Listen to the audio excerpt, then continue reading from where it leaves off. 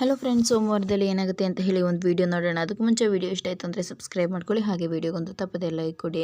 ಹೊರಗಡೆ ಕರ್ಕೊಂಡು ಬಂದುಬಿಡ್ತಾರೆ. ಸೂರ್ಯ, ಯಾರ್ದು ಈ ಕಾರು ಅಂತ ಹೇಳಿದಾಗ, ನಮ್ಮದೇ ಅಪ್ಪ, ನಂದೇ. ಏನು ಹೇಳ್ತಾ ಇದ್ದೀನಿ ನೀನು? ಹೌದಪ್ಪ, ಮೀನಾ ಹೂ ಮಾರಿರೋ ದುಡ್ಡಿತ್ತಲ್ಲ, ಅದನ್ನೆಲ್ಲ ಕೂಡ ನಂಗೆ ಕಾರ್ ಕೊಡಿಸಿದ್ದಾಳೆ ಅಂತ ಹೇಳಿದಾಗ, ಹೌದೇನೋ, ಒಳ್ಳೆ ಕೆಲಸ ಮಾಡಿದೆ ಅಮ್ಮ, ನಿಮ್ಗೆ ಒಳ್ಳೇದಾಗಲಿ ಅಂತ ಹೇಳ್ತಾ ಇರ್ತಾರೆ. ಮನೋಜ ಮತ್ತು ಶಾಂತಿ ಇಬ್ಬರು ಕೂಡ ರೋಹಿಣಿ ಕಡೆ ನೋಡ್ತಾ ಇರ್ತಾರೆ. ಅರೆ, ಇವ್ರು ಯಾಕೆ ನನ್ನ ಕಡೆ ನೋಡ್ತಾ ಇದ್ದಾರೆ ಅಂತ ಹೇಳಿ ಹೇಳ್ತಾ ಇರ್ತಾರೆ. ಕಾರ್ ತುಂಬ ಚೆನ್ನಾಗಿದೆ ಸೂರ್ಯ ಅವರೇ, ಕಂಗ್ರ್ಯಾಚುಲೇಷನ್ಸ್ ಅಂತ ಹೇಳಿದಾಗ, ಥ್ಯಾಂಕ್ ಯು ಸ್ವಲ್ಪ ಪುಡಿ ಅಂತ ಹೇಳಿ ಹೇಳ್ತಾನೆ. ಆಗ, ಅಲ್ಲ ಕಣೋ, ಏನೋ ಇದೆಲ್ಲ, ಹೇಗೋ ಇದೆಲ್ಲ ಅಂತ ಹೇಳಿದಾಗ, ನನಗೂ ಗೊತ್ತಿಲ್ಲಪ್ಪ, ಬೆಳಗ್ಗೆ ಎದ್ದು ಮೀನಾ ದೇವಸ್ಥಾನ ಕರ್ಕೊಂಡೋದ್ಲಲ್ಲ, ಫುಲ್ ಸರ್ಪ್ರೈಸು, ಕಾರ್ನೇ ಕೊಟ್ಬಿಟ್ಲು ಕಣಪ್ಪ ಅಂತ ಹೇಳ್ತಾರೆ. ಹೌದಲ್ವಾ, ಕಾರ್ ಮಾತ್ರ ತುಂಬ ಚೆನ್ನಾಗಿದೆ ಕಣೋ. ಶಾಂತಿ, ಕಾರ್ ಹೇಗಿದೆಯಾ ಅಂತ ಹೇಳಿದಾಗ, ನನಗೆ ಹೇಗೆ ಗೊತ್ತಾಗಬೇಕು, ಇದೆಲ್ಲ ಮನೋಜಿಗೆ ಗೊತ್ತಾಗಬೇಕು. ಈ ಕಾರೇನು ಅಷ್ಟಕ್ಕಷ್ಟೇ, ಅಷ್ಟೊಂದೇನಿಲ್ಲಮ್ಮ, ಲಡಾಕ್ ಪಡಾಕ್ ಥರನೇ ಇದೆ ಅಂತ ಹೇಳಿ ಹೇಳ್ತಾನೆ.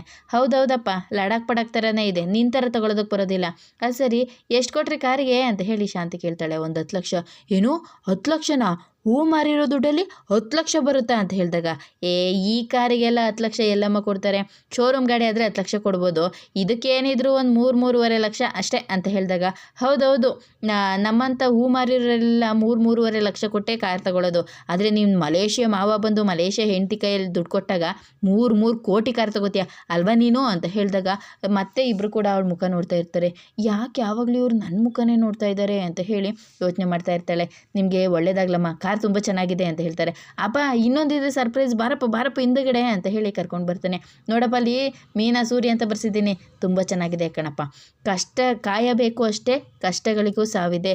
ತುಂಬ ಚೆನ್ನಾಗಿದೆ ಕಣೋ ಇದು ಲೈನು ಅಂತ ಹೇಳಿದಾಗ, ಹೌದಪ್ಪ, ಇದು ನಮ್ಮಂಥವ್ರಿಗಷ್ಟೇ, ಈ ನಮ್ಮ ಮನೋಜ ಇದ್ದಾನಲ್ಲ ಅವ್ನಿಗಂಥವ್ರಿಗಲ್ಲ, ಕಷ್ಟಗಳು ಅವನಿಗೆ ಚಿರಂಜೀವಿ ಇದ್ದಂಗೆ ಅಂತ ಹೇಳಿ ಹೇಳ್ತಾರೆ.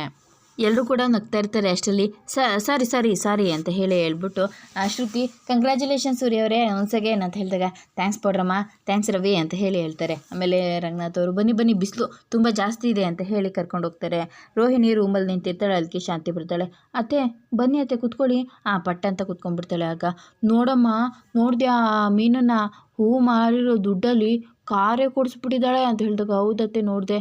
ನೀನು ಇದೆಯಾ ಮನೆ ಹಾಳಿತಾರ, ಮನೆಯಲ್ಲಿ ಬಂದು ಉಂಡು ತಿಂದು ಕೂತ್ಕೊಂಡಿದ್ದೀಯ ಅಷ್ಟೇ, ಏನೂ ಪ್ರಯೋಜನ ಇಲ್ಲ.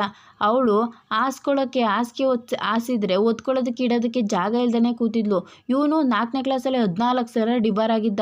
ರಾಜರು ಥರ ಕಾರು, ಆಟೋ, ಬೈಕು ಅಂತ ಮೆರಿತಾ ಇದ್ದಾರೆ. ನನ್ನ ಮಗ ಎಲ್ಲದರಲ್ಲೂ ರೂಪವಂತ, ಗುಣವಂತ, ಎಲ್ಲದೂ ಇದೆ, ವಿದ್ಯಾವಂತನೂ ಆಗಿದ್ದಾನೆ. ಆದರೆ ಏನು ಮಾಡೋದು, ನಿನ್ನಂಥ ಮನೆಯಾಳಿ ಕಟ್ಕೊಂಡು ಇನ್ನೂ ಹಿಂಗೇ ಇದ್ದಾನೆ. ಅಲ್ಲಮ್ಮ, ನಿನ್ಗೆ ಅಷ್ಟೆಲ್ಲ ಹೇಳಿದ್ದೆ ತಾನೇ ನಿಮ್ಮ ಅಪ್ಪಂಗೆ ಹೇಳ್ಬಿಟ್ಟು ಫೋನ್ ಮಾಡಿ ಅವ್ನಿಗೊಂದು ಬಿಸ್ನೆಸ್ ಹಾಕೋದಕ್ಕೆ, ದುಡ್ಡಿನ ಸಹಾಯ ಮಾಡೋದಕ್ಕೆ ಹೇಳ್ದೇನಮ್ಮ.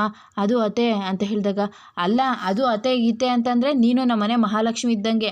ನಮ್ಮನೆಗೆ ಬಂದಿರೋ ಮಹಾಲಕ್ಷ್ಮಿ ಹತ್ರ ವರ ಕೇಳ್ದೆ ಬಿಟ್ಬಿಡ್ತಾಳೆ ಈ ಶಾಂತಿ. ನೋಡು, ಒಂದು ವರ ಕೊಡು, ಇಲ್ಲಾಂದರೆ ದಕ್ಷಿಣ ಕೊಡು, ಎರಡರೊಳಗೊಂದು ಮಾಡು. ನನ್ನ ಮನೋಜನು ಚೆನ್ನಾಗಿ ಎಲ್ಲ ಕಾರು ಬಂಗ್ಲೆ ಅಂತ ಹೇಳಿ ಚೆನ್ನಾಗಾಗಬೇಕು. ಅವ್ನ ಜೀವನ ನೀನು ಕಟ್ಕೊಂಡು ಈ ರೀತಿ ಹಾಳಾಗಬಾರ್ದು. ಅಲ್ಲ, ನಿನ್ಗೇನಾದ್ರೂ ನಿನ್ನ ಗಂಡನ ಮನೆಯವರು ಚೆನ್ನಾಗಿರಬೇಕು ಅಂತ ಅನ್ಸೋದೇ ಇಲ್ವಾ? ಸುಮ್ಮನೆ ಈ ರೀತಿ ಕುತ್ಕೊಂಡ್ಬಿಟ್ರೆ ನಿನಗೆ ಹಾಲು ಹಣ್ಣು ನೈವೇದ್ಯ ಎಲ್ಲ ಸುಮ್ಮನೆ ಇಡೋದಿಲ್ಲ, ಅದಕ್ಕೂ ಬೇಕು. ಇದನ್ನೇ ಲಾಡ್ಜ್ ಅಂತ ಅನ್ಕೊಂಡ್ಬಿಟ್ಟಿದ್ಯಾ? ನೋಡು, ಈಗೇನು ನಿಮ್ಮ ಅಪ್ಪಗೆ ಫೋನ್ ಮಾಡಿಕೊಡು ಅಂತ ಹೇಳಿ ಕೇಳ್ತಾಳೆ. ಅಲ್ಲ ಅತ್ತೆ, ಅದು ಮೀಟಿಂಗು. ಏನಮ್ಮ ಮೀಟಿಂಗು? ಯಾವಾಗ ನೋಡಿದ್ರು ಮೀಟಿಂಗು ಅಂತ ಒಂದು 10 ನಂಬರ್ ಒಡ್ಕೊಡೋಕ್ಕೆ ಇಷ್ಟೊಂದು ಯೋಚನೆ ಮಾಡಬೇಕಾ? ನೀನೀಗ ನಿಮ್ಮ ಅಪ್ಪಂಗೆ ಏನಾದ್ರು ಫೋನ್ ಮಾಡಿ ಹೇಳಿಲ್ಲ ಅಂತಂದರೆ ಕೊಡಿಲಿ ನಿಮ್ಮ ಮಾವನ ನಂಬರ್, ಅವ್ರ ಹತ್ರನೇ ಮಾತಾಡ್ತೀನಿ. ನೋಡು, ನೀನು ಮಾತಾಡು, ಇಲ್ಲ ನಂಗೆ ಮಾತಾಡೋದಕ್ಕೆ ಅವಕಾಶ ಮಾಡಿಕೊಡು. ಇಲ್ಲ ಅಂದರೆ ಶಾಂತವಾಗಿರೋದಿಲ್ಲ ಅಷ್ಟೇ. ಮನೆ ಹಾಳು ಮಾಡೋ ಥರ ಕೆಲಸ ಮಾಡಬೇಡ ನೀನು. ನನ್ನ ಮಗನು ಉದ್ಧಾರ ಆಗಬೇಕು ಅಂತ ಹೇಳಿ ಅಲ್ಲಿಂದ ಹೋಗ್ಬಿಡ್ತಾಳೆ. ಲಾಸ್ಟ್ ವಾರ್ನಿಂಗು ನೆನಪಿರಲಿ ಅಂತ ಹೇಳಿ ಹೋಗ್ತಾಳೆ ರೋಹಿಣಿ. ಶಾಂತಿ ನೆನಪಿಸ್ಕೊಂಡು, ನಿಜವಾಗ್ಲೂ ಇವ್ರು ಈ ಥರನ ವರದಕ್ಷಿಣೆ ಕೇಳ್ತಾ ಇದ್ದಾರಾ ಅಂತ ಹೇಳಿ ಮನಸ್ಸಲ್ಲಿ ಅನ್ಕೋತಾ ಇರ್ತಾಳೆ. ಏನು ಅನ್ಕೋತಾ ಇದೆಯಾ ಮತ್ತೆ ಅಂತ ಹೇಳಿದಾಗ, ಏನಿಲ್ಲ ಅತ್ತೆ ಅಂತ ಹೇಳ್ತಾಳೆ. ನಿಜವಾಗ್ಲೂ ಈ ಮನೆಯಲ್ಲಿ ರಿಯಲ್ ವಿಲನ್ ಅಂತಂದರೆ ಒರ್ಜಿನಲ್ ವಿಲನ್ನು ಇವರೇ ಅಂತ ಹೇಳಿ ಬೇಜಾರು ಮಾಡ್ಕೋತಾಳೆ. ಈ ಕಡೆ ಮೀನಾ ಅಡುಗೆ ಮಾಡ್ತಾ ಇರ್ತಾಳೆ. ರೋಹಿಣಿ ಬರ್ತಾಳೆ. ಮೀನವರೇ, ಹೇಳಿ ರೋಹಿಣಿ ಅವರೇ, ಅಡುಗೆ ಮಾಡ್ತಾ ಇದ್ದೀರಾ? ಹೌದು. ಆದಮೇಲೆ ಹೇಳ್ತೀರಾ ಸ್ವಲ್ಪ ಕಾಫಿ ಮಾಡ್ಕೊತೀನಿ. ಅಯ್ಯೋ, ಕಾಫಿ ತಾನೇ, ನಾನು ಮಾಡ್ಕೊಡ್ತೀನಿ, ಹೋಗಿ ಕೂತ್ಕೊಳ್ಳಿ. ಇಲ್ಲ ಪರವಾಗಿಲ್ಲ, ನಾನು ಮಾಡ್ಕೊತೀನಿ, ನೀವು ಹೋಗಿ ಕೂತ್ಕೊಳ್ಳಿ, ನಾನು ಮಾಡ್ಕೊಡ್ತೀನಿ ಅಂತ ಹೇಳ್ತಾಳೆ. ಅದಾದಮೇಲೆ, ಮೀನವರೇ, ನಿಮ್ಮ ಹತ್ರ ಏನೋ ಕೇಳಲ್ಲ? ಅದೇನು ಕೇಳಿ ರೋಹಿಣಿ ಅವರೇ? ಅಲ್ಲ, ನೀವು ಕಾರ್ ಹೇಗೆ ಓಡಿಸ್ಕೊಂಬಂದು ತಗೊಂಡ್ರಿ ಅಂತ ಹೇಳಿದಾಗ, ಅಯ್ಯೋ, ನಾನು ತೊಗೊಂಡು ಬರಲಿಲ್ಲ, ನಮ್ಮ ಯಜಮಾನ್ರೆ ಓಡಿಸ್ಕೊಂಬಂದಿದ್ದು. ಅಲ್ಲ ಮೀನಾ, ಹೇಗೆ ತೊಗೊಂಡ್ರಿ? ದುಡ್ಡು ಕೊಟ್ಟು ದುಡ್ಡು ಹೇಗೆ ಸಿಕ್ತು? ಅಯ್ಯೋ ಅದು ಹೂ ಕಟ್ಟಿದ್ನಲ್ವಾ, ಅದರಲ್ಲಿ ಏನೋ ಹೂ ಕಟ್ಟಿರೋ ದುಡ್ಡಲ್ಲಿ ಕಾರ್ ತೊಗೊಳ್ಳೋಷ್ಟು ಸಿಕ್ತಾ? ಇಲ್ಲ, ಸ್ವಲ್ಪ ಕಡಿಮೆ ಆಗಿತ್ತು, ಅದಕ್ಕೆ ಲೋನ್ ತೊಗೊಂಡೆ. ಲೋನಾ? ಅಲ್ಲ ಮೀನವ್ರೆ ಅಂತ ಹೇಳ್ತಾ ಇರ್ತಾಳೆ. ಇದನ್ನೆಲ್ಲ ಶ್ರುತಿ ಕೇಳಿಸ್ಕೊಂಡ್ಬಿಡ್ತಾಳೆ. ಯಾಕೋ ಬೇಕು ಅಂತ ನೀವು ಇಷ್ಟು ಟ್ರಿಗರ್ ಮಾಡ್ತಾ ಇದ್ದಾಳೆ ಅಂತ ಗೊತ್ತಾಗಿ ಅವಳು ಬಂದು ರೋಹಿಣಿ ಪಕ್ಕದಲ್ಲೇ ಕೂತ್ಕೋತಾಳೆ. ಯಾಕೆ ನೀವು ಆ ಥರ ಎಲ್ಲ ಕೊಡ್ಸೋದಕ್ಕೆ ಹೋದ್ರಿ? ಅವ್ರು ನಿಮ್ಮ ಮೇಲೆ ಇಷ್ಟೆಲ್ಲ ಕೂಗಾಡ್ತಾರೆ, ಕೋಪ ಮಾಡ್ಕೋತಾರೆ, ಬೈತಾರೆ, ಅದರಲ್ಲೂ ನಿಮಗೆ ಅತ್ತೆಯಿಂದ ಅವಮಾನ ಆಗೋ ಥರ ಮಾಡ್ತಾರೆ. ಅಂಥವ್ರಿಗೆ ಯಾಕೆ ನೀವು ಈಗೆಲ್ಲ ಕೊಡ್ಸೋದಕ್ಕೆ ಹೋದ್ರಿ? ನೀವು ಮಾಡಿರೋದು ನನಗೂ ಎಷ್ಟು ಪ್ರಾಬ್ಲಮ್ ಆಗುತ್ತೆ ಗೊತ್ತಾ ಅಂತ ಹೇಳಿದಾಗ, ಅಯ್ಯೋ ನಾನು ಮಾಡಿರೋದು ನಿಮಗೆ ಪ್ರಾಬ್ಲಮ್ ಆಗುತ್ತಾ? ಅದು ಹೇಗೆ ಅಂತ ಕೇಳ್ತಾಳೆ. ಅಷ್ಟರಲ್ಲಿ ಶ್ರುತಿ, ರೋಹಿಣಿಯವರೇ ಯಾಕೆ ನೀವು ಗಂಡ ಹೆಂಡತಿ ವಿಚಾರದಲ್ಲಿ ಇಷ್ಟೆಲ್ಲ ಮಾಡ್ತಾ ಇದ್ದೀರಾ? ಅಲ್ಲ, ಸುಮ್ಮನೆ ಕ್ಯಾಶುವಲಾಗಿ ಕೇಳಿದೆ ಅಷ್ಟೇ ಶ್ರುತಿ. ಮೀನವರೇ ಅಂತ ಹೇಳಿದಾಗ, ನೋಡಿ ರೋಹಿಣಿಯವರೇ, ಗಂಡ ಹೆಂಡತಿ ಅಂದಮೇಲೆ 1000 ಬರುತ್ತೆ 1000 ಹೋಗುತ್ತೆ. ಸಮಸ್ಯೆ ಇರೋದು ನಾವು ಜಗಳ ಆಡೋದು ನಮ್ಮಿಬ್ಬರ ಮಧ್ಯೆ ಇರುವಂತಹ ವಿಷಯಗಳ ಮೇಲೆ, ವ್ಯಕ್ತಿಗಳ ಮೇಲೆ ಅಲ್ಲ ಅಂತ ಹೇಳ್ತಾಳೆ. ಹೌದು, ನಾನು ಈ ಮಾತನ್ನು ಒಪ್ತೀನಿ. ಗಂಡ ಹೆಂಡತಿ ಅಂದಮೇಲೆ 1000 ವಿಷಯಗಳು ಬರುತ್ತೆ ರೋಹಿಣಿಯವರೇ. ಯಾಕೆ ಮೊನ್ನೆ ನೀವು ಜಗಳ ಮಾಡ್ಕೊಂಡಾಗ ಮನೋಜ್ ಅವರು ಹೊರಗಡೆ ಮಲ್ಕೊಂಡಿದ್ರಲ್ವಾ, ಅದರ ಅರ್ಥ ನಿಮ್ಗೆ ಅವ್ರ ಮೇಲೆ ಪ್ರೀತಿ ಇಲ್ಲ ಅಂತ ಅರ್ಥನಾ? ಪ್ರೀತಿ ಇಲ್ಲದೇ ನೀವು ನಿಮ್ಮ ಗಂಡಂಗೆ ಬಿಸ್ನೆಸ್ ಮಾಡ್ಕೊಡ್ತೀನಿ, ಬಂಗ್ಲೆ ಕೊಡಿಸ್ತೀನಿ ಅಂತ ಹೇಳಿದ್ರಾ? ಅಲೋ, ಈ ವಿಚಾರ ಎಲ್ಲ ನಿಮ್ಗೆ ಯಾರು ಹೇಳಿದ್ರು? ಅತ್ತೆ, ಇನ್ಯಾರು ಹೇಳ್ತಾರೆ? ಅತ್ತೆನೇ ಹೇಳಿತು, ನೀವೇ ಹೇಳಿದ್ರಂತೆ ನಿಮ್ಮ ಅಪ್ಪಂಗೆ ಹೇಳಿ ಬಿಸ್ನೆಸ್ ಮಾಡಿಸ್ಕೊಡ್ತೀನಿ, ಬಂಗ್ಲೆ ಎಲ್ಲ ಕೊಡಿಸ್ತೀನಿ ಅಂತ ಹೇಳಿ ಅಂತ ಹೇಳಿದಾಗ, ಏನೋ ಇದನ್ನು ಹೇಳ್ಬಿಟ್ರಾ ಅಂತ ಹೇಳ್ತಾ ಇರ್ತಾಳೆ. ರೋಹಿಣಿ ಅವರೇ ತಗೊಳ್ಳಿ ಕಾಫಿನ ನಂಗೆ ಯಾಕೆ? ನೀವೇ ಕೇಳಿದ್ರಲ್ಲ ತಲೆ ನೋವ್ತಾ ಇದೆ ಅಂತ ಹೇಳಿ. ಹೌದಲ್ವಾ, ಕೊಡಿ ಅಂತ ಹೇಳಿ ತಗೊಂಡಲ್ಲಿಂದ ಹೋಗ್ತಾಳೆ. ಈ ಕಡೆ ಶ್ರುತಿ ಮತ್ತು ಮೀನಾ ಇಬ್ಬರು ಕೂಡ ನೋಡ್ಕೊಂಡು ನಗಾಡ್ತಾ ಇರ್ತಾರೆ. ಹೊರಗಡೆ ಬಂದು ನಿಂತ್ಕೊಂಡು ಏನು ಮಾಡೋದು ಈಗ ಅಂತ ಹೇಳಿ ಯೋಚನೆ ಮಾಡ್ತಾ ಇರ್ತಾಳೆ. ಅಷ್ಟರಲ್ಲಿ ಶ್ರುತಿ ಅಮ್ಮ ಬರ್ತಾರೆ. ಬೀಗ್ರೆ ಅಂತ ಬಂದಾಗ ಶಾಂತಿ ಬರ್ತಾಳೆ. ಓ ಬೀಗ್ರು, ಬನ್ನಿ ಕೂತ್ಕೊಳ್ಳಿ ಅಂತ ಹೇಳಿದಾಗ, ಅಯ್ಯೋ ಅದೆಲ್ಲ ಏನು ಬೇಡ, ಏನು ವಿಷಯ ಅಂತ ಹೇಳಿ ಕೇಳ್ತಾಳೆ. ಅಲ್ಲ ಏನಿಲ್ಲ, ನಾನು ನಿಮ್ಮ ಜೊತೆನೇ ಮಾತಾಡಬೇಕು ಅಂತ ಹೇಳಿ ಬಂದೆ. ನಿಮ್ಮ ಮನೆಯವರು ಅಂತ ಹೇಳಿದಾಗ, ಅವ್ರು ಇಲ್ಲೇ ಎಲ್ಲೋ ಹೊರಗಡೆ ಹೋಗಿದ್ದಾರೆ, ಏನು ಹೇಳಿ ಅಂತ ಹೇಳಿದಾಗ, ಸರಿ ಹಾಗಿದ್ರೆ ನಿಮಗೆ ವಿಷಯನ ತಿಳಿಸ್ಬಿಡ್ತೀನಿ. ನಮ್ಮ ಮಗಳು ಮತ್ತು ಅಳಿಯ ಇಬ್ಬರು ಕೂಡ ಅವ್ರಿಷ್ಟದ ಪ್ರಕಾರನೇ ಮದುವೆ ಆದರು. ನಮ್ಮ ಕೈಯಲ್ಲಿ ಏನು ಮಾಡೋದಕ್ಕಾಗಲಿಲ್ಲ, ಆದರೆ ಮುಂದಿನ ಶಾಸ್ತ್ರಗಳಾದ್ರೂ ನಾವೇ ಮಾಡಬೇಕು ಅಂತ ಹೇಳ್ತಾಳೆ. ಅಯ್ಯೋ ಅದಕ್ಕೇನಂತೆ, ಧಾರಾಳವಾಗಿ ಮಾಡಿದ್ರೆ ಆಯಿತು ತಗೊಳ್ಳಿ, ಅದೇ ಕರಿಮಣಿ ಶಾಸ್ತ್ರ ಮಾಡಬೇಕಲ್ವಾ, ಮದುವೆಯಾಗಿ ತುಂಬ ದಿನ ಆಯಿತು, ಅದಕ್ಕೋಸ್ಕರ ಅಂತ ಹೇಳಿದಾಗ, ಓ ಹಾಗಲ್ವಾ, ಮಾಡಬೇಕು ಅಂತ ಹೇಳ್ತಾರೆ. ಸರಿ, ನಾವೇ ಮಾಡಬೇಕು ಅಂತ ಅಂದ್ಕೊಂಡಿದ್ವಿ, ಕನ್ವೆನ್ಷನ್ ಹಾಲೆಲ್ಲ ಬುಕ್ ಮಾಡ್ತಾ ಇದ್ದೀವಿ, ಅದಕ್ಕೆ ನೀವು ಒಂದು ಮಾತು ಹೇಳಿದ್ರೆ ಅಂತ ಹೇಳಿದಾಗ, ಅಯ್ಯೋ ಅದಕ್ಕೇನು ಮಾಡೋಣ ತಗೊಳ್ಳಿ ಅಂತ ಹೇಳಿದಾಗ, ಅದು ನಮ್ಮ ರೋಹಿಣಿಗೂ ಮಾಡಬೇಕು ಅಂತ ಹೇಳ್ತಾರೆ. ಇವ್ರು ಮದುವೆ ಆಗಿ ತುಂಬ ದಿನ ಆಯಿತು ಅಲ್ವಾ ಅಂತ ಹೇಳಿದಾಗ, ಹೌದು ಮಾಡಬೇಕು, ಇವ್ರ ಅಪ್ಪ ನೋಡಿದ್ರೆ ಬೇರೆ ಕಡೆ ಇದ್ದಾರಲ್ವಾ, ಬಂದ್ ಮಾಡೋದಕ್ಕಾಗಿಲ್ಲ. ನೀವೇನೋ ತಪ್ಪು ತಿಳ್ಕೊಳ್ಳಿಲ್ಲ ಅಂದರೆ ಒಂದು ವಿಷಯ ಹೇಳ, ಏನು ಹೇಳಿ, ನಮ್ಮ ರೋಹಿಣಿಗೂ ಶ್ರುತಿಗೂ ಒಂದೇ ಸಲ ಕರಿಮಣಿ ಶಾಸ್ತ್ರ ಮಾಡಿದ್ರೆ ಹೇಗೆ? ಆಯಿತು ಬಿಡಿ, ಅದಕ್ಕೇನಂತೆ, ನಮ್ಮ ಮನೆಯವ್ರ ಹತ್ರ ಮಾತಾಡ್ತೀನಿ, ಕನ್ವೆನ್ಷನ್ ಹಾಲ್ ಬುಕ್ ಮಾಡ್ತೀವಲ್ವಾ, ಫೈನಲ್ ಆದಮೇಲೆ ನಾನು ತಿಳಿಸ್ತೀನಿ ಅಂತ ಹೇಳ್ತಾ ಇರ್ತಾಳೆ. ಏನಮ್ಮ ರೋಹಿಣಿ ಅಂತ ಹೇಳಿದಾಗ, ಅತ್ತೆ ಕಾಫಿ ಮಾಡ್ಕೊಂಡು ಬರ್ತೀನಿ. ಅಯ್ಯೋ ಅದೆಲ್ಲ ಏನು ಬೇಡ, ಮೀನಾ ಎಲ್ಲಿ ಕಾಣಿಸ್ತಾ ಇಲ್ಲ? ಅಯ್ಯೋ ಅವಳದಂತೂ ತುಂಬ ಚೇಷ್ಟೆ ಆಗಿಬಿಟ್ಟಿದೆ. ಈ ಪ್ಲಾಸ್ಟಿಕ್ ಕಾರ್ ತೊಗೊಂಡಿರೋ ಮಕ್ಕಳು ಓಡಾಡ್ತಾರಲ್ಲ, ಹಂಗೆ ಓಡಾಡ್ತಾ ಇರ್ತಾಳೆ. ಆ ಹೊರಗಡೆ ಒಂದು ಹೂವಿನ ಗಾಡಿ ಇಟ್ಕೊಂಡು ಅಲ್ಲೇ ಇರ್ತಾಳೆ ಯಾವಾಗಲೂ ಅಂತ ಹೇಳ್ತಾರೆ. ಆ ಹೊರಗಡೆ ಇರೋ ಗಾಡಿ ಮೇಲೆ ನಿಮ್ಮ ಹೆಸರು ಬರ್ತಿದೆ ಅಂತ ಹೇಳಿದಾಗ, ಹೌದೌದು, ನನ್ನ ಹೆಸರನ್ನ ಬೀದಿಗೆ ತಂದುಬಿಟ್ಟಿದ್ದಾಳೆ. ರೋಹಿಣಿನೂ ನಿಮ್ಮ ಹೆಸರಲ್ಲೇ ಪಾರ್ಲರ್ ಓಪನ್ ಮಾಡಿದ್ದಾಳಂತೆ ಅಂತ ಹೇಳಿದಾಗ ಕೋಪ ಮಾಡ್ಕೋತಾ ಇರ್ತಾಳೆ ಶಾಂತಿ. ಹೌದೌದು ಅಂತ ಹೇಳ್ತಾಳೆ. ಸರಿ ನಾನು ಹಿಂಗೆ ಬರ್ತೀನಿ, ಆದಷ್ಟು ಬೇಗ ವಿಷಯ ಫೋನ್ ಮಾಡಿ ಹೇಳಿ ಅಂತ ಹೇಳಿದಾಗ, ಆಗಲಿ ಬೇಗ್ರೆ, ನೀವು ಊಟ ಮಾಡ್ಕೊಂಡು ಹೋಗಿದ್ರೆ ಆಗಿತ್ತು, ಪರವಾಗಿಲ್ಲ ಇನ್ನೊಂದ್ಸಲ ಬಂದಾಗ ಮಾಡ್ತೀನಿ, ನಾನು ಬರ್ತೀನಿ ಅಂತ ಹೇಳ್ತಾರೆ. ಸರಿ ಆಯಿತು ಅಂತ ಹೇಳಿ ಹೋಗ್ತಾ ಇರ್ತಾರೆ. ಶಾಂತಿ ಕಳಿಸ್ಕೊಡೋದಕ್ಕೆ ಹೋಗ್ತಾಳೆ.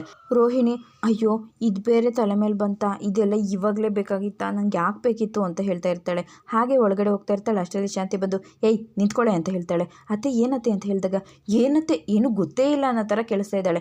ನೋಡು, ನಿನ್ನ ಮರ್ಯಾದೆ ಉಳಿಸ್ಕೊಳ್ಳೋಕ್ಕಾದ್ರೂ ನೀನು ನಿಮ್ಮ ಅಪ್ಪನ ಕರೆಸಲೇಬೇಕು. ನಮ್ಮ ಅಪ್ಪನ ಅವ್ರಿಗೆ ತುಂಬ ಕೆಲಸ ಇದೆ ಅಂತ ಬರೋದಕ್ಕಾಗೋದಿಲ್ಲ. ಏನು ಸಿಮೆಗಿಲ್ದೇ ಇರೋ ಕೆಲಸ, ಯಾವಾಗ ನೋಡಿದ್ರು ಕೆಲಸ ಅಂತ ಹೇಳ್ತಾನೆ ಇರ್ತೀಯ? ಏನು ಬಂದು 1-2 ದಿನ ಮಗಳು ನೋಡ್ಕೊಂಡು ಹೋಗೋಕ್ಕಾಗದೇ ಇರೋಷ್ಟು ಕೆಲಸ ಇದೆಯಾ ಅಂತ ಹೇಳಿದಾಗ, ಅದು ಅತ್ತೆ ಅಂತ ಹೇಳ್ತಾಳೆ. ನೋಡು, ಕರಿಮಣಿ ಶಾಸ್ತ್ರ ಮಾಡಲೇಬೇಕು, ಅದಕ್ಕಾದ್ರೂ ನಿಮ್ಮ ಅಪ್ಪ ಬರಲೇಬೇಕು, ಇಲ್ಲಾಂದರೆ ನಾನು ಸುಮ್ಮನೆ ಇರೋದಿಲ್ಲ. ಇಷ್ಟು ದಿನ ಸುಮ್ಮನೆ ಇದ್ದೆ, ಇನ್ನು ಮುಂದೆ ಸುಮ್ಮನೆ ಇರೋದಿಲ್ಲ ಅಷ್ಟೇ ಅಂತ ಹೇಳಿದಾಗ, ಈಗೇನು ನೀನು ಫೋನ್ ಮಾಡ್ತೀಯ ಅಥವಾ ನಾನು ಬೇರೆ ಥರನೇ ಮಾತಾಡಬೇಕಾ ಅಂತ ಹೇಳಿದಾಗ, ಅಯ್ಯೋ ಇಲ್ಲ ಅತ್ತೆ, ಫೋನ್ ಮಾಡ್ತೀನಿ ಅತ್ತೆ, ಬರ್ತಾರೆ ಅಂತ ಹೇಳ್ತಾಳೆ. ಬಂದರೆ ಸರಿ, ಬಂದಿಲ್ಲ ಅಂದರೆ ನಾನು ಏನು ಮಾಡಬೇಕು ಅಂತ ನಂಗೆ ತುಂಬ ಚೆನ್ನಾಗಿ ಗೊತ್ತಿದೆ ಅಂತ ಹೇಳ್ತಾಳೆ. ಅಲ್ಲಿಂದ ಇವಳು ಕೋಪ ಮಾಡಿಕೊಂಡು ಪಾರ್ಲರಿಗೆ ಬಂದಿರ್ತಾಳೆ. ಫಸ್ಟ್ ಟೈಮ್ ಕಣೆ ಅತ್ತೆ ನನ್ನ ಹತ್ರ ಹೀಗೆ ರೇಗಾಡಿದ್ದು. ಈ ದೆವ್ವದ ಪಿಕ್ಚರ್ ನೋಡಿದಾಗ ಮಕ್ಕಳು ನಡುಗ್ತಾರೆ ನೋಡು, ಹಾಗೆ ನಡುಗ್ತಾ ಇದ್ದೆ ಕಣೆ, ಎಷ್ಟು ಬೇಜಾರಾಯಿತು ಗೊತ್ತಾ ಅಂತ ಹೇಳಿದಾಗ, ಹಾಗಿದ್ರೆ ನಿನ್ನ ಕತೆ ಎಲ್ಲ ಉಲ್ಟಾ ಹೊಡಿತು, ನಿನ್ನ ನಾಟಕಕ್ಕೆ ತೆರೆ ಬಿತ್ತು ಅಂತ ಹೇಳಿದಾಗ, ನಿಂದಂತೂ ಮಚ್ಚೆ ನಾಲ್ಗೆ ಅನಿಸುತ್ತೆ, ಏನು ಹೇಳ್ತೀಯೋ ಅದೇ ಆಗುತ್ತೆ. ನೀನು ನನ್ನ ಮೇಲೆ ಕಣ್ಣಾಕ್ದಾಗೆಲ್ಲ ನಮ್ಮ ಅತ್ತೆ ನನ್ನ ಮೇಲೆ ಕಣ್ಣಾಕಿ ಉಗಿತಾ ಇರ್ತಾರೆ. ಮನೆಗೆ ಹೋದರೆ ಸಾಕು, ಇನ್ವೆಸ್ಟಿಗೇಷನ್ನು, ಆ ಪ್ರಶ್ನೆ ಈ ಪ್ರಶ್ನೆ ಅಂತ ಹೇಳಿ ತಲೆ ತಿಂದ್ಬಿಡ್ತಾರೆ ಕಣೆ. ಆ ಮೀನಾ ಬೇರೆ ಕಾರ್ ಕೊಡ್ಸಿದ್ದಾಳೆ. ಈಗ ನೋಡಿದ್ರೆ ಶ್ರುತಿಗೆ ತಾಳಿ ಶಾಸ್ತ್ರ ಆಗ್ತಾಯಿದೆ, ಮಾಂಗಲ್ಯ ಸರ ಬೇರೆ ಹೊಂಚಬೇಕು, ಹೇಗೆ ಮಾಡೋದು ಅಂತ ಹೇಳಿದಾಗ, ಅಯ್ಯೋ ನಿನ್ನ ಗಂಡನಿಂದ ಅದೆಲ್ಲ ಎಕ್ಸ್ಪೆಕ್ಟೇಷನ್ ಇಟ್ಕೋಬೇಡಮ್ಮ. ಆ ಸೂರ್ಯ ಬೇರೆ ಮೀನಿಗೆ ತಾಳಿ ಸರ ಕೊಡಿಸಿದ್ದಾನೆ, ಹೇಳಿದ್ನಲ್ಲ ನಿನ್ನ ಗಂಡನಿಗೆ ನೀನೇ ತಂದಾಕಿ ಸಾಕಬೇಕಾಗುತ್ತೆ. ಹೌದು ಕಣೆ, ಮನೋಜ್ ನನಗೆ ಸ್ವಲ್ಪನಾದರೂ ಸಪೋರ್ಟ್ ಮಾಡ್ತಾ ಇದ್ದಿದ್ರೆ ನಾನು ಹೇಗಾದರೂ ಹ್ಯಾಂಡ್ಲ್ ಮಾಡ್ತಿದ್ದೆ, ಆದರೆ ನಾನೇ ಈಗ ಇದೆಲ್ಲ ಮಾಡ್ತಾ ಇದ್ದೀನಿ, ಹೇಗೆ ಮಾಡೋದು? ಅಪ್ಪನ ಕರೆಸು ಅಂತ ಹೇಳ್ತಾ ಇದ್ದಾರೆ, ಇಲ್ಲದೇ ಇರೋ ಅಪ್ಪನ ಹೇಗೆ ಕರೆಸೋದು ಅಂತ ಹೇಳಿದಾಗ, ಏನೋ ಒಂದು ಮಾಡಿದ್ರಾಗುತ್ತೆ, ಸುಮ್ಮನೆ ಇರೇ, ಏನೋ ಒಂದು ಏನೇ ಮಾಡೋದು. ನೋಡು ರೋಹಿಣಿ, ಎಲ್ಲದಕ್ಕೂ ಒಂದು ದಾರಿ ಇದ್ದೇ ಇರುತ್ತೆ, ಯೋಚನೆ ಮಾಡೋಣ ಇರು ಅಂತ ಹೇಳ್ತಾಳೆ. ಶ್ರುತಿಯವರಪ್ಪ ಮನೆಯಲ್ಲಿ ಓಡಾಡ್ತಾ ಇರ್ತಾರೆ. ಅಷ್ಟರಲ್ಲಿ ಅವ್ರ ಹೆಂಡತಿ ಬರ್ತಾರೆ. ಏ ಶೀಲಾ, ಎಲ್ಲೇ ಹೋಗಿದೆ ಅಂತ ಹೇಳಿದಾಗ, ಶ್ರುತಿ ಮನೆಗೆ. ಓ, ನೀನಾಗಲೇ ಆ ಮನೆನ ಶ್ರುತಿದು ಅಂತ ಅಂದ್ಕೊಂಡ್ಬಿಟ್ಟಿದ್ಯಾ? ಸರಿ ಆಯಿತು ರೀ, ರವಿ ಮನೆಗೆ ಹೋಗಿದ್ದೆ ಅಂತ ಹೇಳಿದಾಗ, ಅಲ್ಲಿಗೇನಕ್ಕೆ ಹೋಗಿದ್ದೆ? ಏನೋ ವಿಷಯ ಇತ್ತು ಅದಕ್ಕೆ ಅಂತ ಹೇಳಿದಾಗ, ಅವ್ರ ಹತ್ರನೇ ಏನೇ ನಿಂಗೆ ವಿಷಯ ಅಂತ ಹೇಳಿದಾಗ, ಶ್ರುತಿನ ಈ ಮನೆಗೆ ಪರ್ಮನೆಂಟಾಗಿ ಇಟ್ಕೋಬೇಕಲ್ವಾ, ಅದಕ್ಕೆ. ಏನೋ ಶ್ರುತಿನ ಈ ಮನೆಯಲ್ಲಿ ಪರ್ಮನೆಂಟಾಗಿ ಇಟ್ಕೋತೀಯಾ? ಇದಕ್ಕೆ ಅಳಿಯಂದ್ರು ಒಪ್ಕೋಬೇಕಾ? ಒಪ್ಕೊಳ್ಳೋ ಥರ ನಾವು ಮಾಡಿದ್ರೆ ಆಯಿತು ರೀ ಅಂತ ಹೇಳಿದಾಗ, ಸರಿ ನೀನೇನೋ ಮಾಡೋದಕ್ಕೆ ಹೊರಟಿದ್ಯಾ, ಏನು ಅಂತ ಹೇಳಿದಾಗ, ನಾವು ಅವಳಿಗೆ ಕರಿಮಣಿ ಶಾಸ್ತ್ರ ಮಾಡ್ತೀವಲ್ವ, ಅದನ್ನು ತುಂಬ ಗ್ರ್ಯಾಂಡಾಗಿ ಬೇಕು. ಅಲ್ಲ ಕಣೆ, ಗತಿ ಇಲ್ಲದೆ ಇರೋ ಮನೆಗೆ ಗರ್ತಿ ಕೊಟ್ಟು ಮತಿ ಇಲ್ಲದೆ ಇರೋ ಥರ ಆಡ್ತಾರಲ್ಲ, ಹಾಗೆ ಆಡ್ತಾ ಇದೆಯಲ್ಲೇ ರೀ. ನಮ್ಮ ಮನೆಗೆ ಅಳಿಯ ಮಗಳು ಬಂದಿರಬೇಕು ಅಂತಂದರೆ ನಾವೀಗೆಲ್ಲ ಮಾಡಲೇಬೇಕು ರೀ ಅಂತ ಹೇಳ್ತಾಳೆ. ಅದು ಹೇಗೆ ಸಾಧ್ಯ? ರವಿ ಇದಕ್ಕೆ ಒಪ್ಕೋತಾರ ಮಾಡಿದ್ರೆ ಅಂತ ಹೇಳಿದಾಗ, ಏನೇ ಮಾಡ್ತೀಯಾ? ಅದಕ್ಕೆ ಏನು ಸಮಸ್ಯೆ ಇದೆ ಅಂತ ಹೇಳಿ ಅವ್ರು ಇಲ್ಲಿಗೆ ಬರಬೇಕಾಗುತ್ತೆ ಹೇಳು. ಸಮಸ್ಯೆ ಮಾಡೋದಕ್ಕೆ ಅವ್ರ ಮನೆಯಲ್ಲಿ ಒಬ್ಬ ಇದ್ದಾನಲ್ಲ ರೀ, ಅವನು ಏನು ಆ ಸೂರ್ಯನ ಜೈಲಿಗೆ ಹೋಗಿ ಬಂದಲ್ಲ ಅವನ್ನ. ಹೌದು ರೀ, ಅವನ್ನೇ ಟ್ರಂಪ್ ಕಾರ್ಡ್ ಥರ ಯೂಸ್ ಮಾಡಿಕೊಂಡು ನಾನು ಶ್ರುತಿ ಮತ್ತು ಅಳಿಯಂದ್ರನ್ನ ಈ ಮನೆಯಲ್ಲೇ ಇರೋ ಥರ ಮಾಡ್ತೀನಿ ಅಂತ ಹೇಳಿ ಹೇಳ್ತಾಳೆ. ಅದೇನು ಮಾಡ್ತೀಯೋ ಏನೋ ಗೊತ್ತಿಲ್ಲ ನನಗೆ ಅಂತ ಹೇಳಿ ಅವರು ಸುಮ್ಮನೆ ಆಗಿಬಿಡ್ತಾರೆ. ಸೂರ್ಯ ಮನೆಗೆ ಬರ್ತಾನೆ, ಅವಳಿಗೋಸ್ಕರ ಮಲ್ಲಿಗೆ ಹೂ ತೊಗೊಂಡು ಬಂದಿರ್ತಾನೆ. ಮೀನಾ ಅಂತ ಹೇಳಿದಾಗ, ಬಂದ್ರಾ, ಹೋಗಿ ಕೈಕಾಲು ಮುಖ ತೊಗೊಂಡು ಬನ್ನಿ, ಊಟಕ್ಕೆ ಹಾಕೊಡ್ತೀನಿ. ಏ ಬೇಡ ಬಾರಮ್ಮ ಇಲ್ಲಿ, ಅಯ್ಯೋ ಹಾಲಿಟ್ಟು ಬಂದಿದ್ದೀನಿ ಇರ್ರಿ ಬಂದೆ ಅಂತ ಹೇಳಿ ಹೋಗ್ತಾಳೆ. ಅಷ್ಟರಲ್ಲಿ ಮೀನಂಗೆ ಅಂತ ತಂದಿರೋ ಮಲ್ಲಿಗೆ ಹೂವನ್ನ ಕವರಲ್ಲಿ ಇಟ್ಕೊಂಡು ನಿಂತಿರ್ತಾನೆ. ಶಾಂತಿ ಬಂದುಬಿಡ್ತಾಳೆ. ಸೂರ್ಯ ಬಚ್ಚಿಟ್ಕೊಂಡು ಹಾಗೆ ನಿಂತಿರ್ತಾನೆ. ಶಾಂತಿ ಏನೋ ತಂದಿದ್ದಾನಲ್ಲ ಅಂತ ಹೇಳಿ ಹಾಗೆ ನೋಡ್ತಾ ನಿಂತಿರ್ತಾಳೆ. ಇದಿಷ್ಟು ಸೋಮವಾರದ ವಿಡಿಯೋ ಇಷ್ಟ ಆಯಿತು ಅಂದರೆ ಸಬ್ಸ್ಕ್ರೈಬ್ ಮಾಡ್ಕೊಳ್ಳಿ, ಹಾಗೆ ಒಂದು ಲೈಕ್ ಕೊಡಿ ಫ್ರೆಂಡ್ಸ್.